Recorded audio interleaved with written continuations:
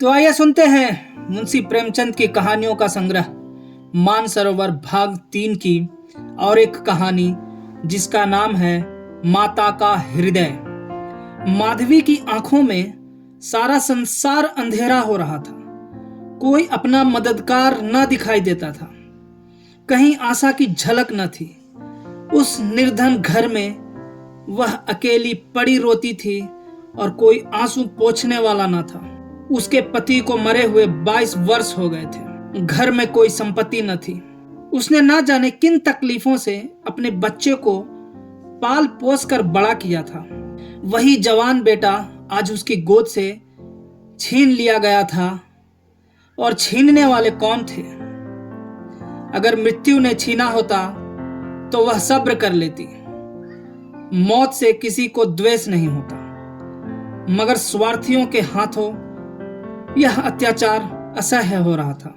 इस घोर संताप की दशा में उसका जी रह रहकर इतना विकल हो जाता कि इसी समय चलूं और उस अत्याचारी से इसका बदला लूं जिसने उस पर यह निष्ठुर आघात किया है।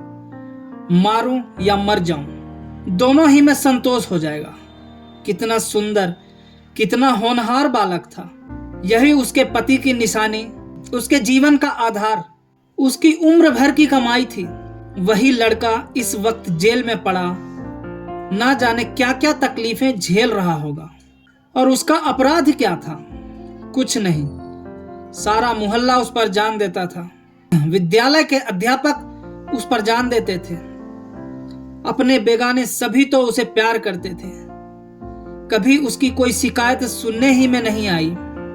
ऐसे बालक की माता होने पर अन्य माताएं उसे बधाई देती थी। कैसा सज्जन, कैसा उदार, कैसा परमार्थी। खुद भूखो सो रहे, मगर क्या मजाल कि द्वार पर आने वाले अतिथि को रूखा जवाब दे। ऐसा बालक क्या इस योग्य था कि जेल में जाता? उसका अपराध यही था, वह कभी कभी सुनने वालों को अपने दुखी भाइयों का दुखड़ा सुनाया करता था। अत्याचार से पीड़ित प्राणियों की मदद के लिए हमेशा तैयार रहता था। क्या यही उसका अपराध था? दूसरों की सेवा करना भी अपराध है? किसी अतिथि को आश्रय देना भी अपराध है? इस युवक का नाम आत्मानंद था। दुर्भाग्यवश उसमें वे सभी सद्गुण थे जो जेल का द्वार खोल देते हैं।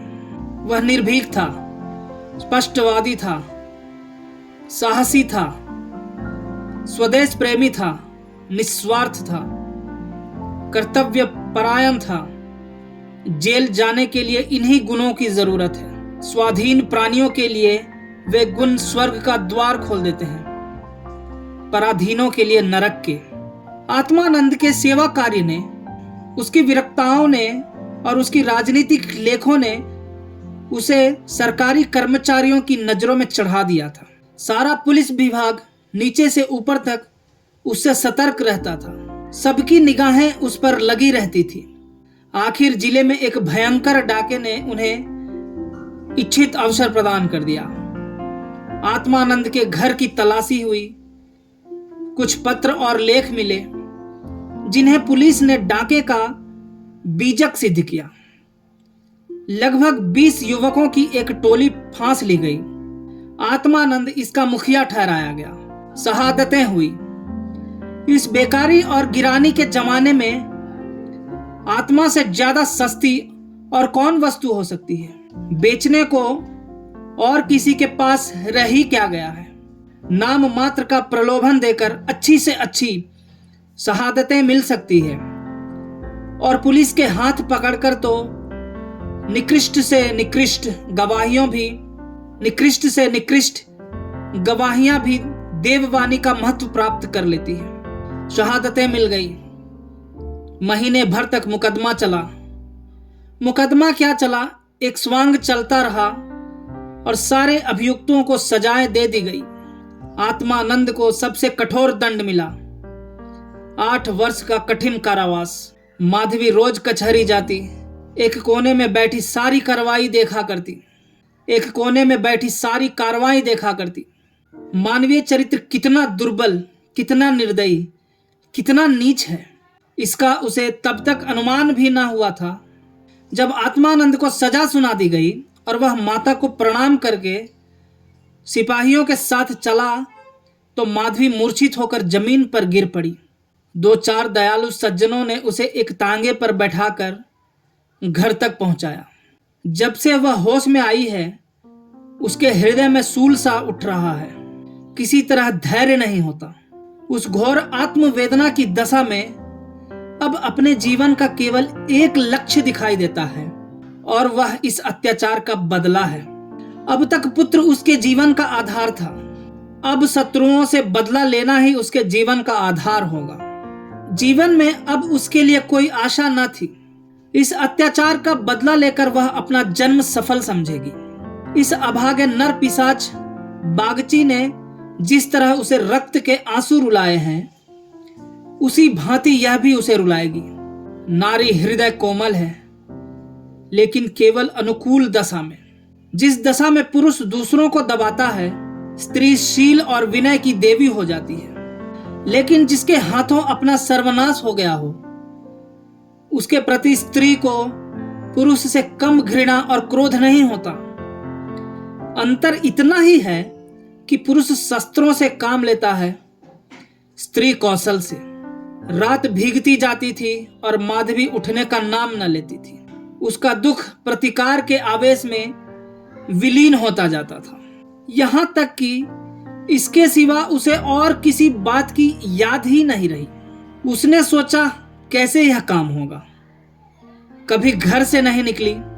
वैधव्य के 22 साल इसी घर में कट गए, लेकिन अब निकलूंगी, जबरदस्ती निकलूंगी। भिखारिन बनूंगी, टहलनी बनूंगी, झूठ बोलूंगी, सब कुकर्म करूंगी। सत्कर्म के लिए संसार में स्थान नहीं। ईश्वर ने निराश होकर कदाचित उसकी ओर से मुंह फेर लिया है। जभी तो यहां ऐसे ऐसे अत्याचार होते हैं और पापियों को दंड नहीं मिलता। अब इन्हीं हाथों से उसे दंड दूंगी। संध्या का समय था। लखनऊ के एक सजे हुए बंगले में मित्रों की महफिल जमी हुई थी। गाना बजाना हो रहा था। एक तरफ आतिशबाजियां रखी हुई थी, दूसरे कमरे में मेजों पर खाना चुना जा रहा था। चारों तरफ पुलिस के कर्मचारी नजर आते थे। वह पुलिस के सुपरिटेंडेंट मिस्टर बागची का बंगला है। कई दिन हुए उन्होंने एक मार्के का मुकदमा जीता था। अफसरों ने खुश होकर उनकी तरक्की कर दी थी और उसी की खुशी में यह उत्सव मनाया जा रहा था। यहाँ आए दिन ऐसे उत्सव होते रहते थे। मुफ्त के गवैये मिल जाते थे, मुफ्त की आतिशबाजी, फल और मेवे और मिठाइयाँ आधे दामों पर बाजार से आ जाती थी और चट दावत हो जाती थी। दूसरों के जहां 100 लगते, वहां इनका 10 से काम चल जाता था। दौड़ धूप करने को सिपाहियों की फौज थी ही। और यह मार्के का मुकदमा क्या था, वह जिसमें निरपराध युवकों को बनावटी शहादत से जेल में ठूंस दिया गया था। गाना समाप्त होने पर लोग भोजन करने बैठे।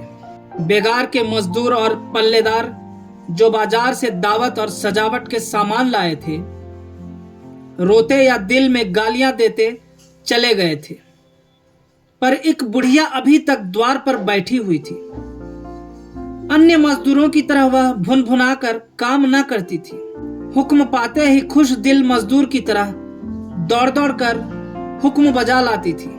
यह माधवी थी जो इस समय मजूरनी का वेश धारण करके अपना घातक संकल्प पूरा करने आई थी। मेहमान चले गए, महफिल उठ गई, दावत का सामान समेट दिया गया, चारों ओर सन्नाटा छा गया, लेकिन माधवी अभी तक यहीं बैठी थी। सहसा मिस्टर बागची ने पूछा, बुढ़ी तू यहाँ क्यों बैठी है? तुझे कुछ खाने को मिल गया? माधवी, हाँ हुजूर, मिल गया। बागची, तो जाते क्यों नहीं? माधवी, कहाँ जाऊं सरकार, मेरा कोई घर द्वार थोड़े ही है। हुक्म हो तो यहीं पड़ी रहूं, पाव भर आटे की परवस्ती हो जाए हुजूर। बागची, नौकरी करेगी? माधवी, क्यों ना करूंगी सरकार, यही तो चाहती हूं। बागची, लड़का खिला सकती है? माधवी, हाँ हुजूर, वह मेरे मन का काम है। बागची, अच्छी बात है, तू आज ही से रह, जा घर में देख, जो काम बताए वह कर। 1 महीना गुजर गया। माधवी इतना तन मन से काम करती है कि सारा घर उससे खुश है। बहू जी का मिजाज बहुत ही चिड़चिड़ा है। वह दिन भर खाट पर पड़ी रहती हैं और बात बात पर नौकरों पर झल्लाया करती है, लेकिन माधवी उनकी घुड़कियों को भी सहर्ष सह लेती है। अब तक मुश्किल से कोई दाई 1 सप्ताह से अधिक ठहरी थी। माधवी ही का कलेजा है कि जली कटी सुनकर भी मुख पर मैल नहीं आने देती। मिस्टर बागची के कई लड़के हो चुके थे, पर यही सबसे छोटा बच्चा बच रहा था। बच्चे पैदा तो हृष्ट पुष्ट होते, किंतु जन्म लेते ही उन्हें एक न एक रोग लग जाता था और कोई 2-4 महीने, कोई साल भर जीकर चल देते थे। माँ बाप दोनों इस शिशु पर प्राण देते थे। उसे जरा जुकाम भी हो तो दोनों विकल हो जाते। स्त्री पुरुष दोनों शिक्षित थे, पर बच्चे की रक्षा के लिए टोना टोटका, दुआ ताबीज, जंतर मंतर, एक से भी उन्हें इनकार न था। माधवी से यह बालक इतना हिल गया कि एक क्षण के लिए भी उसकी गोद से न उतरता। वह कहीं एक क्षण के लिए चली जाती तो रो रो कर दुनिया सिर पर उठा लेता। वह सुलाती तो सोता, वह दूध पिलाती तो पीता, वह खिलाती तो खेलता। उसी को वह अपनी माता समझता। माधवी के सिवा उसके लिए संसार में कोई अपना न था। बाप को तो वह दिन भर में केवल 2-4 बार देखता और समझता यह कोई परदेसी आदमी है। माँ आलस्य और कमजोरी के मारे गोद में लेकर टहल न सकती थी।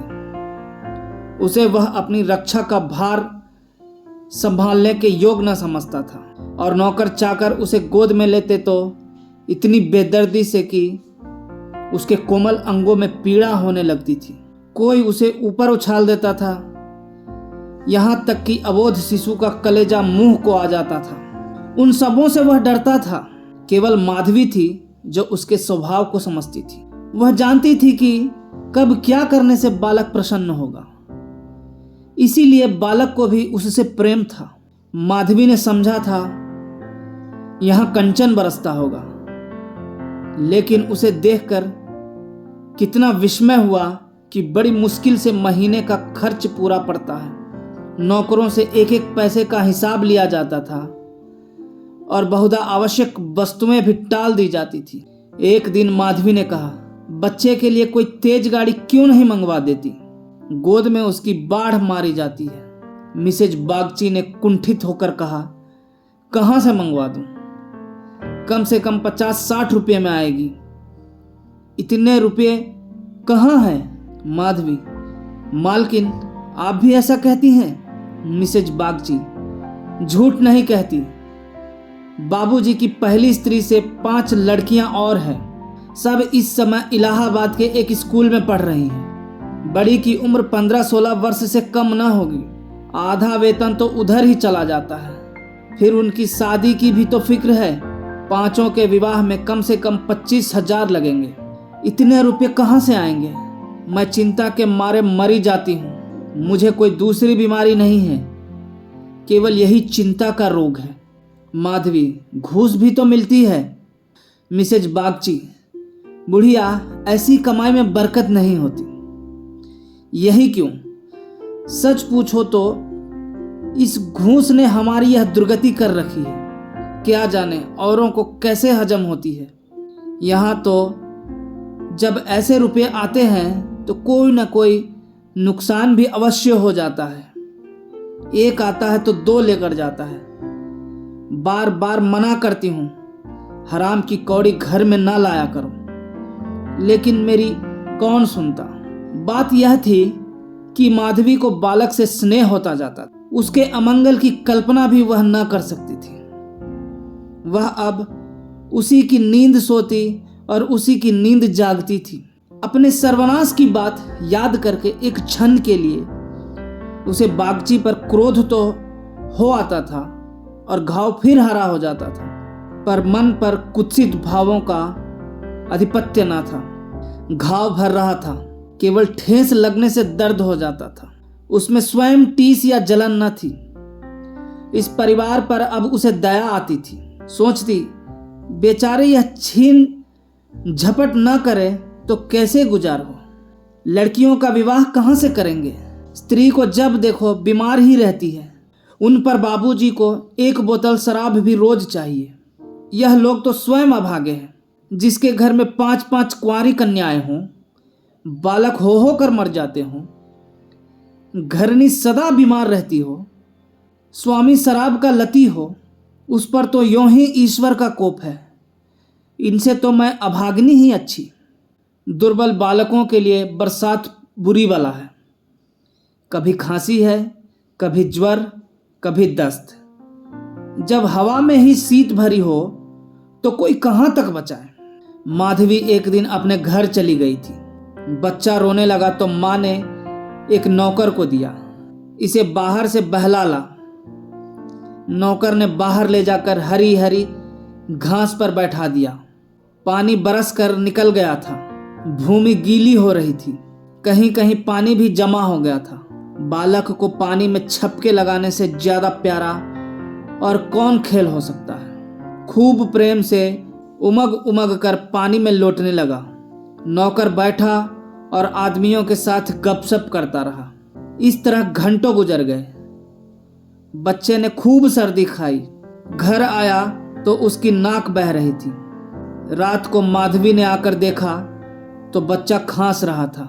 आधी रात के करीब उसके गले से खुरखुर की आवाज निकलने लगी। माधवी का कलेजा सन से हो गया। स्वामिनी को जगाकर बोली, देखो तो बच्चे को क्या हो गया है।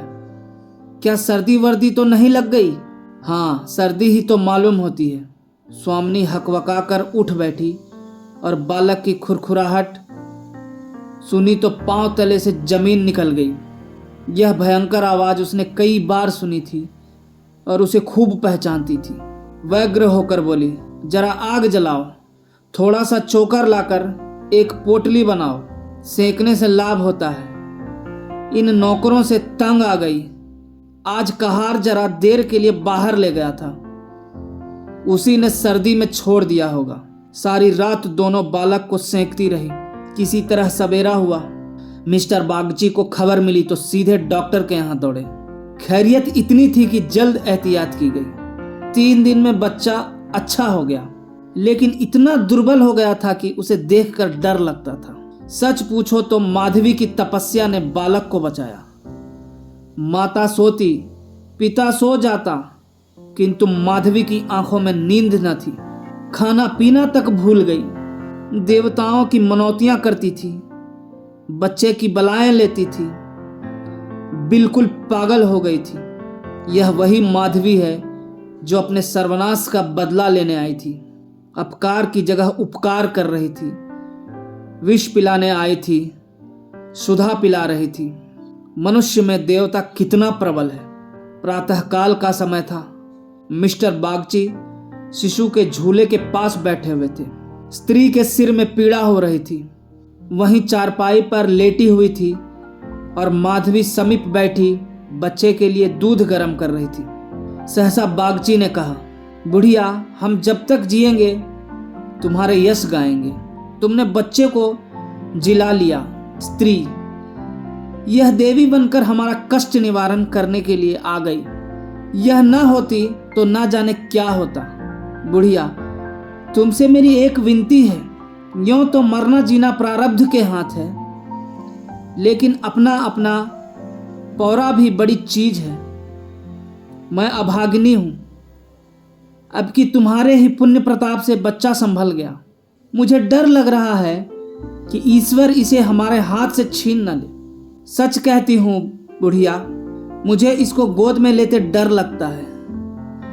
इसे तुम आज से अपना बच्चा समझो। तुम्हारा होकर शायद बच जाए। हम अभागे हैं, हमारा होकर इस पर कोई ना कोई संकट आता रहेगा। आज से तुम इसकी माता हो जाओ। तुम इसे अपने घर ले जाओ, जहां चाहे ले जाओ।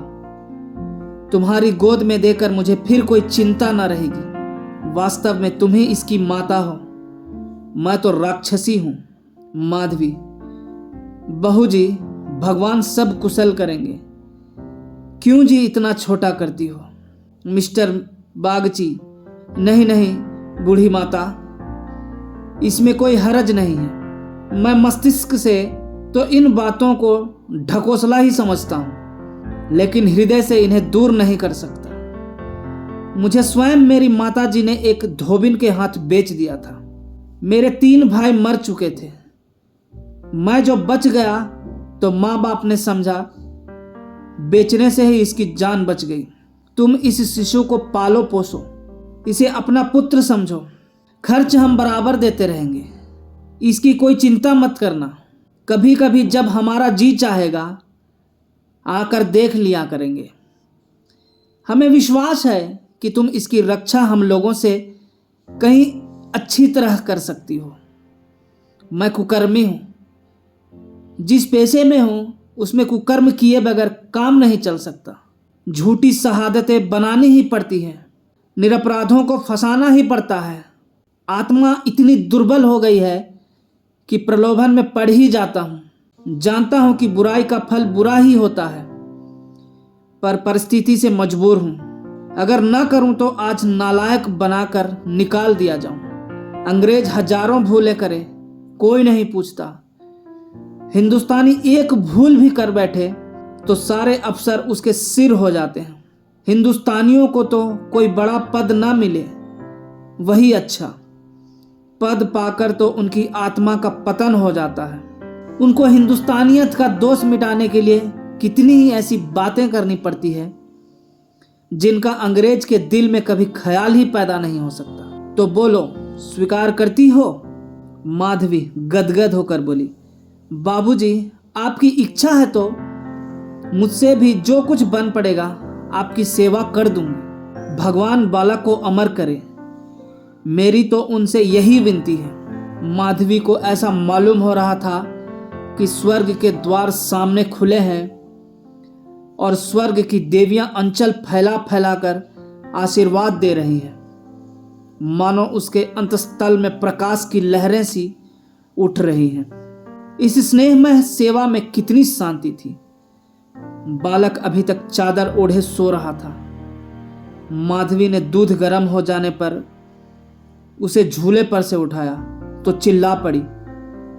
बालक की देह ठंड हो गई थी और मुंह पर पीलापन आ गया था, जिसे देखकर कलेजा हिल जाता है। कंठ से आह निकल जाती है और आंखों से आंसू बहने लगते हैं। जिसने उसे एक बार देखा है फिर कभी नहीं भूल सकता। माधवी ने शिशु को गोद से चिपटा लिया, हालांकि नीचे उतार देना चाहिए था। कोहराम मच गया। मां बच्चे को गले से लगाए रोती थी, पर उसे जमीन पर न सुलाती थी। क्या बातें हो रही थी और क्या हो गया। मौत को धोखा देने में आनंद आता है।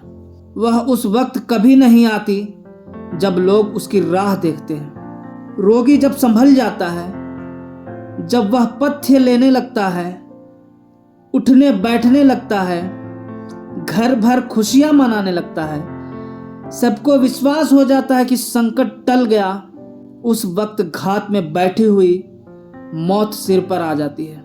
यह उसकी निष्ठुर लीला है। आशाओं के बाग लगाने में हम कितने कुशल हैं। यहाँ हम रक्त के बीज बोकर सुधा के फल खाते हैं। अग्नि से पौधों को सींचकर शीतल छाह में बैठते हैं। हाँ, मंद बुद्धि। दिन भर मातम होता रहा। बाप रोता था, माँ तड़पती थी और माधवी बारी बारी से दोनों को समझाती थी। यदि अपने प्राण देकर वह बालक को जिला सकती तो इस समय अपना धन्य भाग समझती।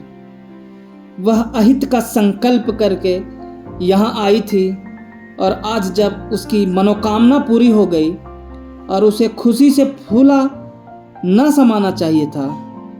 उसे उससे कहीं घोर पीड़ा हो रही थी जो अपने पुत्र की जेल यात्रा से हुई थी। रुलाने आई थी और खुद रोती जा रही थी। माता का हृदय दया का सागर है। उसे जलाओ तो उसमें दया की ही सुगंध निकलती है, पीसो तो दया का ही रस निकलता है। वह देवी है।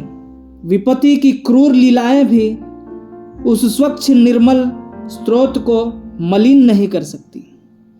धन्यवाद।